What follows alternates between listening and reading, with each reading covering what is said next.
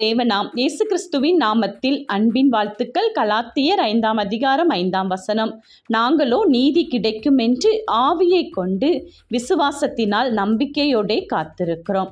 பிரியமானவர்களே, இந்த நாளிலும் எந்த காரியத்தில் உங்களுக்கு நீதி கிடைக்காமல் நீங்கள் கண்ணீரோடு காத்து கொண்டிருக்கிறீர்களோ அந்த காரியத்தை எல்லாவற்றையும் நம்முடைய பரிசுத்த ஆவியானவராம் இயேசு கிறிஸ்துவிடம் நீங்கள் ஒப்படைத்து விட்டு நம்பிக்கையோடு விசுவாசத்தோடு காத்திருங்கள்.